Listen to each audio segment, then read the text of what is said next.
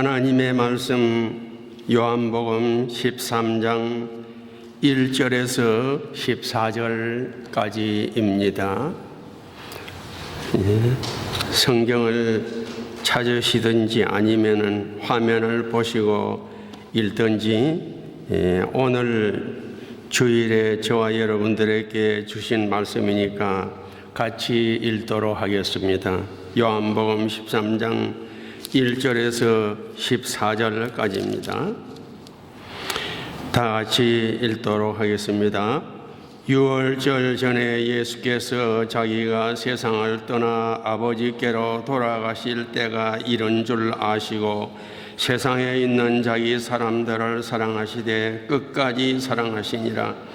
마귀가 벌써 시몬의 아들 가룟 유다의 마음에 예수를 팔려는 생각을 넣었더니 저녁 먹는 중 예수는 아버지께서 모든 것을 자기 손에 맡기신 것과 또 자기가 하나님께로부터 오셨다가 하나님께로 돌아가실 것을 아시고 저녁 잡수시던 자리에서 일어나 겉옷을 벗고 수건을 가져다가 허리에 두르시고 이에 대하에 물을 담아 제자들의 발을 씻기시고 그 두르신 수건으로 씻기시기를 시작하되 시몬 베드로에게 이르시니 가로되 주여 주께서 내 발을 씻기시나이까. 예수께서 대답하여 가라사대 나의 하는 것을 내가 이제는 알지 못하나 이후에는 알리라. 베드로가 가로되 내 발을 절대로 씻기지 못하시리이다. 예수께서 대답하시되 내가 너를 씻기지 아니하면 네가 나와 상관이 없느니라. 시몬 베드로가 가로되 주여 내 발뿐 아니라 손과 머리도 씻겨 주옵소서. 예수께서 가라사대 이미 목욕한 자는 발밖에 씻을 필요가 없느니라. 온 몸이 깨끗하니라. 너희가 깨끗하나 다는 아니니라 하시니 이는 자기를 팔 자가 누구인지 아심이라. 그러므로 다는 깨끗이 아니하자 하시니라. 저희 발을 씻기신 후에 옷을 입으시고 다시 앉아 저희에게 이르시되 내가 너희에게 행한 것을 너희가 아느냐. 너희가 나를 선생이라 또는 주라 하니 너희 말이 옳도다. 내가 그러하다. 내가 주와 또는 선생이 되어 너희 발을 씻기시니 너희도 서로 발을 씻기는 것이 옳으니라. 아멘. 오늘은 여러분들이 잘 아시는 대로 교회력으로 하면은 종려주일입니다. 아마도 종려주일이라고 이름을 붙인 것은 예수님이 나귀를 타시고 마지막으로 예루살렘에 들어오실 때에 사람들이 종려나무 가지를 들고 나와서 환영을 했기 때문에 종려주일이라 그렇게 하지 않았나 생각합니다. 그리고 오늘이 종려주일이니까 내일부터 이번 주간은 고난 주간이 계속되겠고, 금요일은 예수님이 순환을 당하신 날이니까 우리가 말하기를 성금요일이라 그렇게 말합니다. 그리고 다음 주일은 부활주일이 되겠습니다. 그런데 오늘 1절 말씀에 보니까 유월절 전에 이렇게 시작을 합니다. 최후의 만찬을 하신 이 주간이 바로 유월절 주간입니다. 그래서 유월절을 지키려고 요한 마가의 다락방에 제자들과 함께 모였습니다. 유월절은 우리가 잘 아는 대로 이스라엘 백성이 430년 동안 애굽에서 종노릇 하다가 해방 자유를 얻게 되는 것이 유월절의 시작입니다. 그래서 유대인의 달력으로는 1월 14일 1월 14일 저녁에 양을 잡아서 불에 구워서 무교병과 함께 먹으면서 유월절을 지켰습니다. 특별한 경우를 제외하고는 계속 유월절을 지켰습니다. 그런데 최후의 만찬인 이 유월절에는 양고기가 없습니다. 없고 그냥 예수님이 떡을 가지시고 축사를 하신 후에 떼어서 제자들에게 주면서 이것은 내 몸이라, 그리고 잔을 또 제자들에게 나누어 주면서 이것은 내 피라, 그렇게 말씀을 하십니다. 그래서 구약시대에 유월절에 양을 잡는 것은 앞으로 예수님이 오셔서 우리를 위해서 유월절 양이 되어 주실 것을 소망하면서 모형으로 유월절 양을 잡은 것입니다. 그런데 이 유월절에는 예수님이 오셔서 예수님 자신이 십자가에 못 박혀서 제물이 되실 것이기 때문에 양고기는 없고 그냥 떡을 나누어 주면서 이거는 내 몸이다, 잔을 나누어 주면서 이거는 내 피라, 그렇게 말씀하신 것입니다. 그리고 4절 말씀에 보면은 예수님이 제자들과 함께 식사를 하시다가 4절 말씀에 보니까 저녁 잡수시던 자리에서 일어나 겉옷을 벗고 수건을 가져다가 허리에 두르시고 이에 대하에 물을 담아 제자들의 발을 씻기시고 그랬습니다. 오늘 저와 여러분들이 함께 읽은 이 요한복음 13장 1절에서 14절까지의 말씀에 보면은 씻긴다는 말이 10번 나옵니다. 그리고 깨끗이라는 말이 3번 나옵니다. 그래서 예수님이 왜 만찬을 잡수시다가 갑자기 겉옷을 벗으시고 수건을 허리에 두르시고 대야에 물을 떠가지고 와서 제자들의 발을 씻기시기 시작했을까? 그것은 제자들의 발을 씻기시는 그 이유는, 그 제자들의 발을 씻기시는 이 사실이 우리에게 주는 메시지는 나는 너희를 깨끗하게 하려 왔다, 그런 메시지가 제자들의 발을 씻기신 여기에 들어있다고 생각합니다. 나는 너희를 씻어서 깨끗하게 하러 왔다. 나의 죄를 씻기는 예수의 피밖에 없네, 그러지 않습니까? 그래서 나는 내 살을 찢고 피를 흘려서 너희를 씻어 죄에서 깨끗하게 하려고 오셨다. 그런 의미가 그에 담겨 있다고 생각합니다. 그런데 말입니다, 사람은 처음에는 부정하게 창조되지 않았습니다. 깨끗하게 창조되었습니다. 그런데 선악과를 먹음으로 부정해졌습니다. 그런데 저와 여러분들은 선악과를 먹지 않았습니다. 그러나 우리는 아담의 후손이기 때문에 내가 직접 선악과를 먹지는 않았지만은 아담이 선악과를 먹은 그 죄를 우리가 그대로 아담의 후손이기 때문에 물려받은 것입니다. 날 때부터 아담의 죄를 우리가 지고 난 것입니다. 모든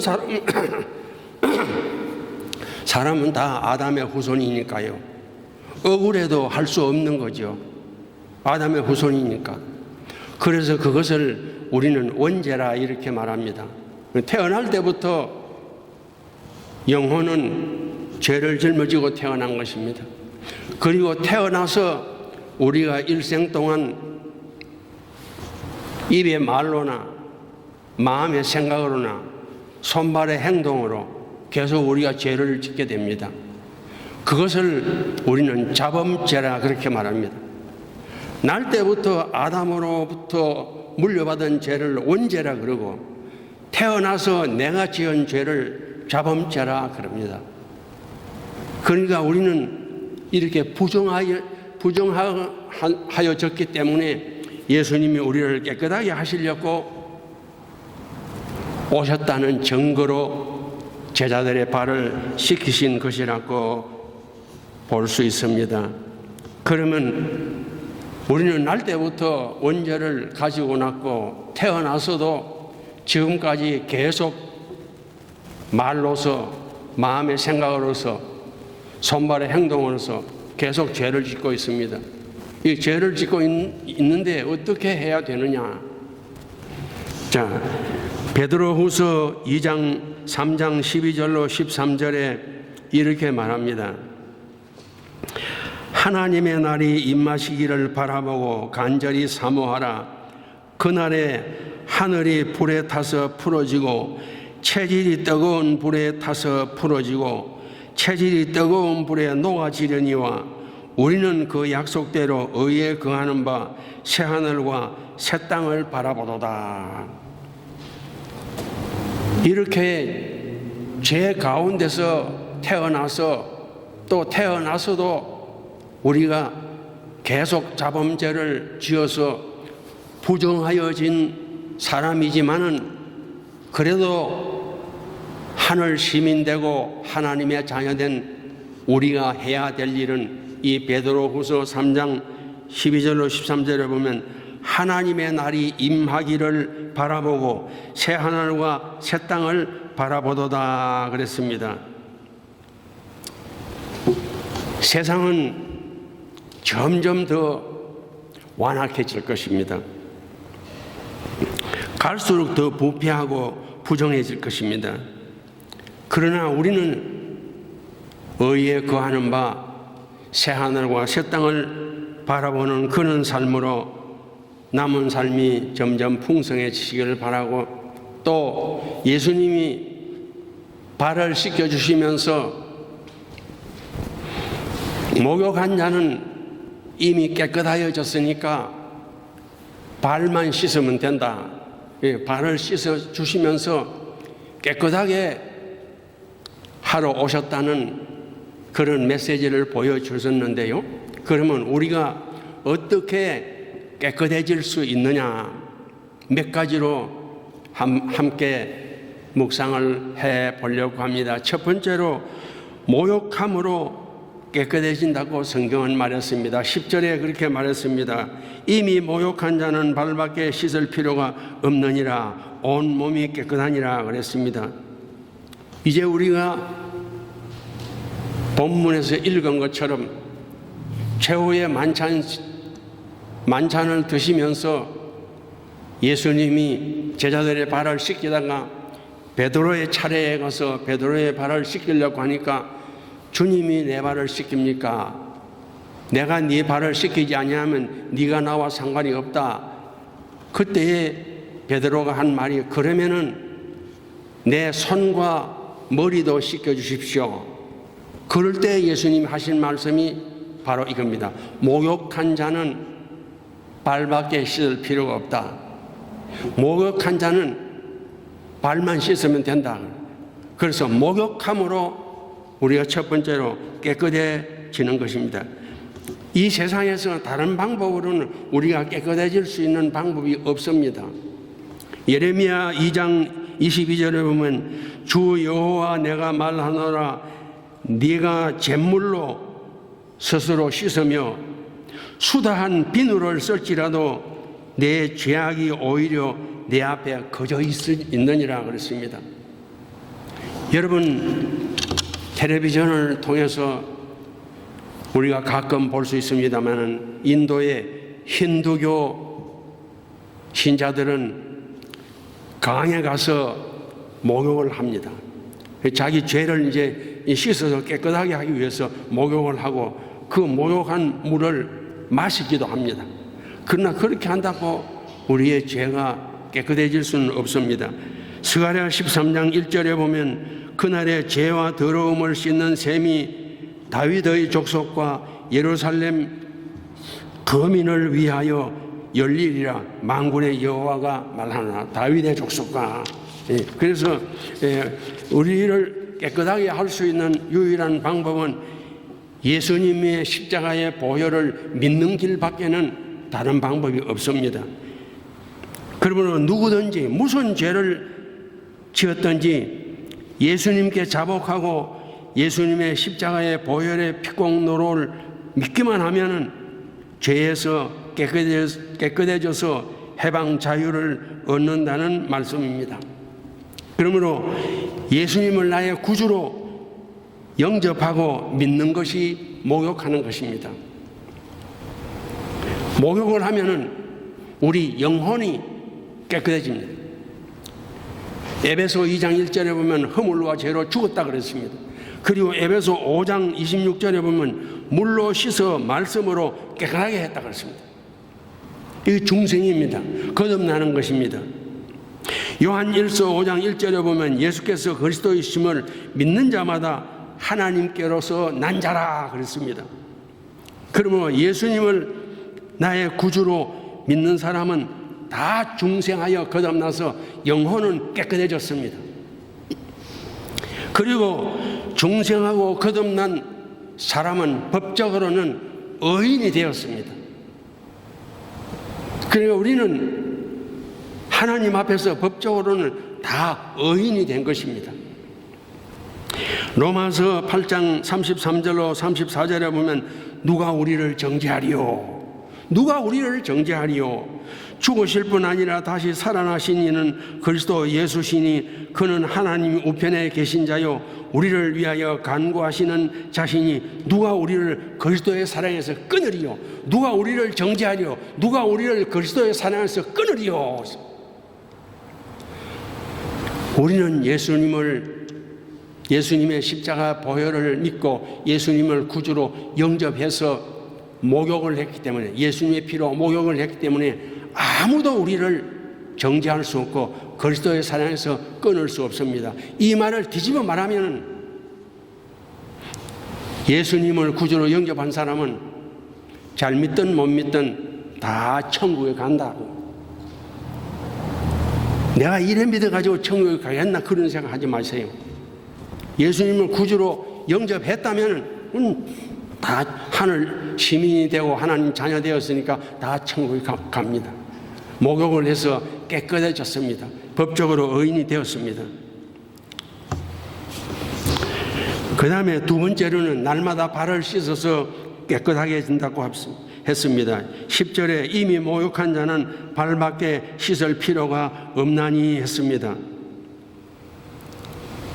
하나님의 말씀인 성경을 보면 유대인들은 자기 집에 손님이 찾아오거나 초대를 했을 경우에 제일 첫 번째로 하는 것이 뭐냐면 발 씻을 물을 제공을 합니다. 그것이 손님에 대한 예의입니다. 그래서 예수님은 이 유대인들이 하는 이 율례를 통해서 우리를 깨끗하게 하는 방법을 말씀하시거든요. 목욕한 자는 발밖에 씻을 필요가 없다. 목욕은 기본 회개입니다. 예수님을 구주로 영접하는 거니까 기본 회개입니다. 발을 씻는 것은 내가 계속 지은 죄를 회개하는 중복 회개입니다. 그래서 목욕이든 발 씻는 것이든 이건 회개를 가르치는 것입니다. 그래서 목욕은 한 번만 하면 되는 것이고 발을 씻는 것은 계속해야 되는 것입니다. 영혼은 예수님을 구주로 영접함으로 이미 깨끗해졌기 때문에 목욕을 다시 할 필요는 없지만은 우리의 몸과 마음은 계속해서 죄를 지어서 부정하여지기 때문에 발을 씻는 것은 계속 해야 되는 것입니다. 그러면 어떻게 발을 씻습니까? 첫 번째로 발을 씻는 것은 우리가 지은 죄를 자복하고 회개하는 것입니다. 근데 사람이 죄를 짓는 데는 두 가지 경우입니다. 하나는 죄인 줄 알면서 우리가 연약해서 죄를 짓는 경우가 있습니다. 또 하나는 죄인 줄 모르고 죄를 지었습니다. 나중에 보니까 그것이 죄였습니다. 그때는 그거 죄인 줄도 모르고 했는데 나중에 보니까 그게 죄입니다. 그래서 죄인 줄 알면서 연약하여 지은 죄든지 모르고 지은 죄든지 간에 모든 죄는 하나님 앞에나 사람 앞에 자복하고 회개하면은 깨끗함을 얻을 수 있습니다. 그것이 발을 씻는 것입니다. 죄를 자복하고 회개하는 것은 부끄러운 것이 아닙니다. 그리고 지은 죄에 대하여서 애통이 여기고 원통이 여기는 것이 발을 씻는 것입니다. 베드로의 경우를 보면은 겟세마네 동산에서 예수님이 기도하실 때에 첫 번째 가서 기도하고 돌아와서 보니까 베드로와 제자들이 자고 있었습니다. 그래서 시험에 들지 않게 깨어 기도하라. 두 번째 갔다가 와서 또 깨어 기도하라. 세 번째 기도하고 돌아와서 또 깨어 기도하라. 세 번이나 권면했습니다. 그런데도 베드로는 예수님을 모른다고 세 번이나 부인을 했습니다. 그래서 요한복음 21장에 가서 보면은 베드로가 다시 옛날로 돌아가서 고기잡이를 하고 있을 때 예수님이 찾아오셔서 베드로에게 말씀하십니다. 네가 나를 사랑하느냐? 네가 나를 사랑하느냐? 네가 나를 사랑하느냐? 겟세마네 동산에서 세 번 권면했는데도 실족해서 세 번 부인했는데 그 다음에 요한복음 21장에 와서 다시 네가 나를 사랑하느냐? 네가 나를 사랑하느냐? 네가 나를 사랑하느냐? 세 번 물으셔서 베드로를 회복시켜 준 것입니다. 그래서 그때부터 베드로는 예수님의 제자로서의 삶을 살아서 예수님처럼 십자가에 달려서 순교를 하게 됩니다. 그래서 애통이 여기는 것. 다윗도 죄를 지었을 때에 우리가 보면은 좀 비겁합니다. 자기 신하의 아내를 자기가 범했으니까 그리고도 다른 사람의 손을 빌려서 그 신하를 죽였으니까 굉장히 비겁하죠. 그렇지만은 그 죄를 나단 선지로부터 지적받았을 때 굉장히 애통하며 회개했습니다. 그래서 시편 6편 6절에 보면 내가 탄식함으로 곰핍하며 밤마다 눈물로 내 침상을 띄우며 내 요를 적시나이다. 죽을 때까지 애통하면서 회개했습니다. 그래서 다윗은 계속 발을 씻었기 때문에 하나님 앞에 쓰임받지 않았나 생각됩니다. 저와 여러분들의 삶에서도 개가 토한 것을 도로먹고 돼지가 씻은 후에 다시 더러운 데 가서 도로 눕듯이 우리는 반복해서 죽을 때까지 계속 죄를 범할 수밖에 없습니다. 그렇기 때문에 발을 씻는 이 회개를 계속해야 되는 것입니다.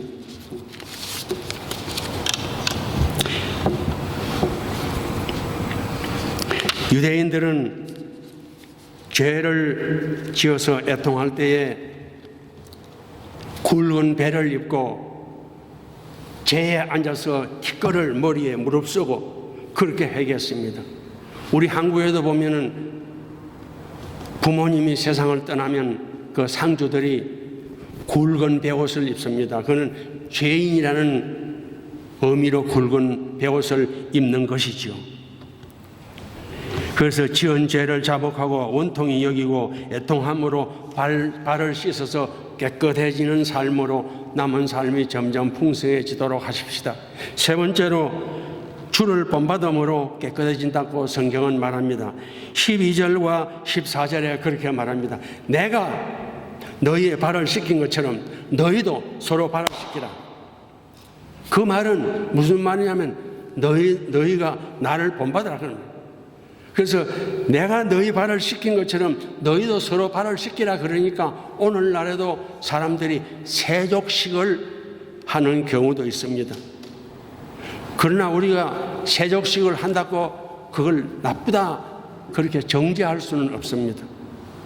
또 안 한다고 나쁜 것도 아니고 한다고 나쁜 것도 아니고 그건 성경에 있는 것이니까 해도 괜찮고 안 해도 괜찮습니다. 그러나 예수님이 제자들의 발을 씻기신 것은 세족식을 하라고 시킨 것이 아니고 우리를 깨끗하게 하기 위해서 시키신 것이니까 우리가 그 세족식에 대해서는 별로 의미를 둘 필요가 없습니다. 주를 본받음으로 깨끗해진다 그랬으니까 어떤 예수님을 본받아야 할까요? 첫 번째로 우리의 죄를 용서하신 예수님을 본받아서 우리도 모든 사람의 죄를 용서해야 됩니다. 이 세상에 용서 못할 죄는 없습니다. 용서 못할 사람은 없습니다. 우리가 용서하는 것은 상대를 위해서 용서하는 것이 아니고 나를 위해서 용서하는 것입니다. 용서하지 않으면 내 마음이 편하지 않습니다. 내 마음이 기쁘지 않습니다. 내 마음이 깨끗해지지 않습니다. 그렇기 때문에 예수님이 나의 죄를 용서하신 것처럼 우리도 모든 사람의 죄를 다 용서하는 그런 용서를 본받는 삶이 되었으면 합니다. 가늠 중에 잡힌 여자를 데려와서 율법에는 이 사람을 돌로 치라 했는데 선생님은 어떻게 하겠습니까? 그럴 때 예수님이 하신 말씀이 뭡니까? 죄 없는 자가 먼저 돌로 치라. 그러니까 사람들이 다 가지 않았습니까? 그러니까 모든 인생은 다 죄인이라는 그런 말입니다. 그러니까 다 죄인인데 왜 용서 못합니까? 여러분, 모든 죄를 다 용서하십시오. 모든 사람 다 용서하세요. 용서해야 우리의 마음이 깨끗해집니다. 상대방이 사과를 하든 안 하든 상관하지 마십시오. 그냥 용서하십시오. 그래야 우리가 깨끗해집니다.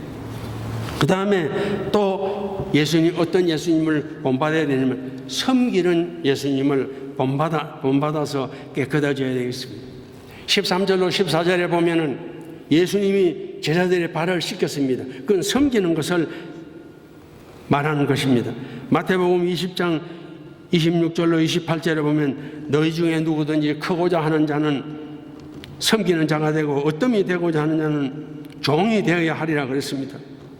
여러분, 교회의 직분은 권력도 아니고 계급도 아닙니다. 교회의 직분은 섬기라고 주신 직분입니다. 그래서 교회의 직분을 권력이나 계급인 줄 그렇게 알고 행세를 하면 안 됩니다. 그리고 물질로나 몸으로나 사람과 교회를 많이 섬겼습니다. 그런데 섬기고는 생색을 내면은 하나님께도 사람에게도 버림을 받습니다. 아무리 교회를 잘 섬기고 교인들을 잘 섬겼다고 해도 많은 돈을 희생하면서 섬겼다 해도 생색을 내면 그 순간에 하나님과 사람에게도 버림을 받습니다. 그 교회의 직분은 섬기라고 주신 직분이니까 계급이나 권력으로 생각하지 마시고 섬기는 삶을 사셔야 예수님을 본받는 것이 되겠습니다. 그리고 말씀을 따라 사는 것이 예수님을 본받는 것이라고 할 수 있겠습니다. 마태복음 16장 24절에 보면 이에 예수께서 제자들에게 이르시되 아무든지 나를 따라오려거든 자기를 부인하고 자기 십자가를 지고 나를 쫓을 것이니라 그랬습니다. 이 말씀에 따라서 제자들은 사도 요한을 제외하고 다 순교를 했습니다.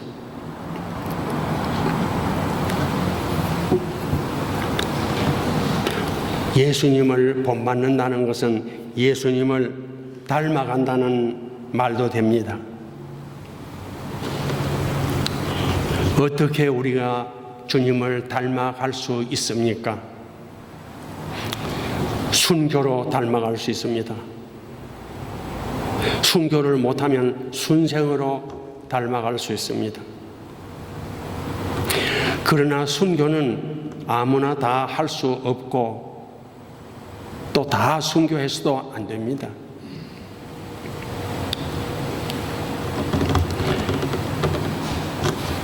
우리 한국 기독교가 130년 정도의 역사를 가지고 있는데 한국 교회에서 많은 순교자들이 나왔습니다. 그 중에서 대표적인 분이 주기철 목사님입니다. 신사참배를 반대하다가 자기만 반대하는 것이 아니고 다른 사람들까지 신사참배를 못하게 신사참배 반대 운동까지 하였기 때문에 감옥에 들어가서 모진 고문을 당하다가 해방을 1년 정도 앞두고 순교를 하게 되었습니다.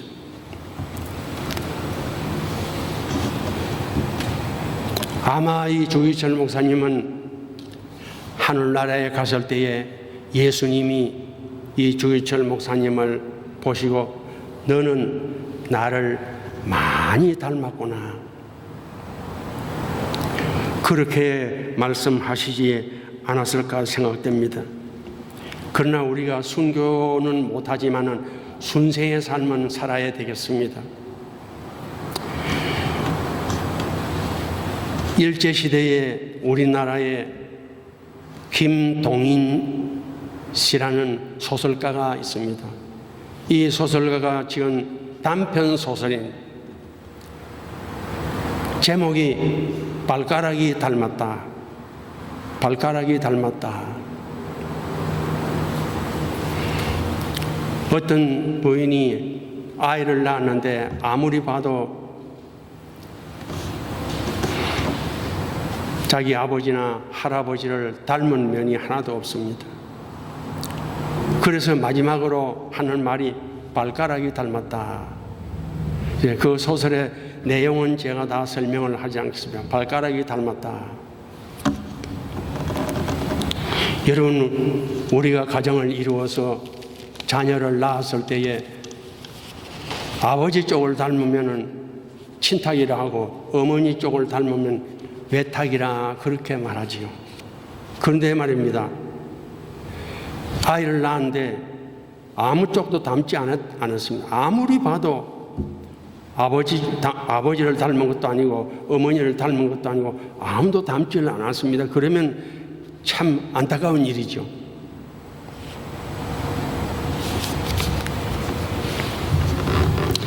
저와 여러분들의 남은 삶은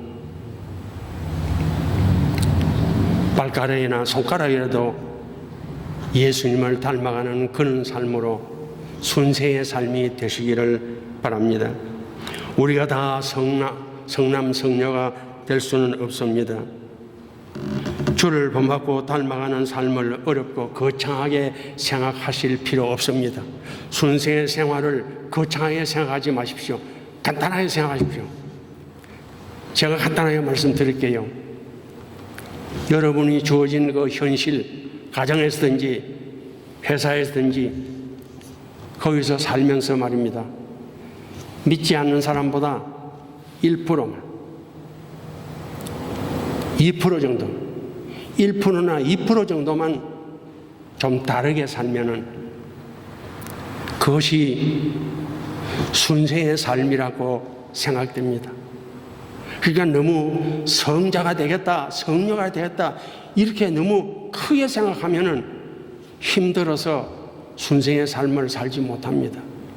그러니까 가볍게 간단하게 생각하시고 믿지 않는 사람보다 많이 다르게 그렇게 생각하면 잘 안 됩니다. 안 되니까 힘이 안 나죠. 그렇지만 조금만 안 믿는 사람보다 조금만 다르게 살면 그것이 순생의 삶이고 예수님을 본받는 삶이고 닮아가는 삶이 아닐까 생각합니다. 이제 우리 함께 찬송을 올리면서 말씀을 마치려고 합니다.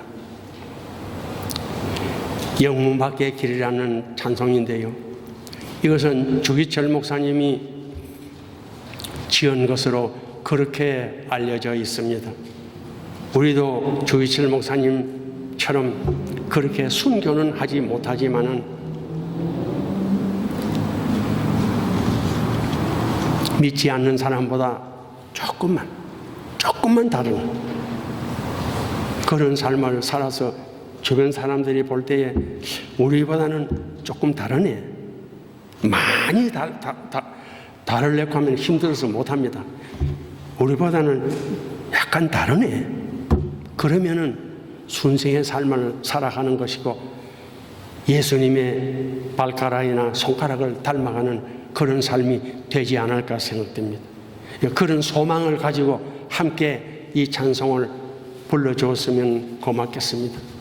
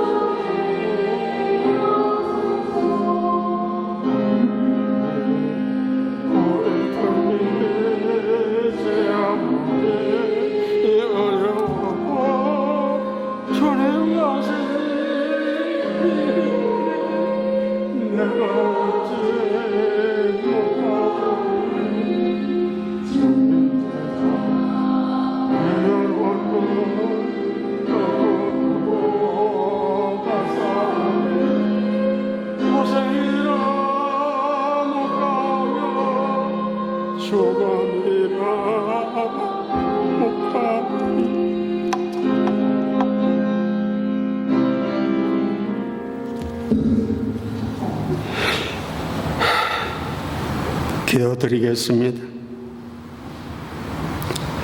사랑의 아버지 하나님, 허물과 죄로 죽었던 우리를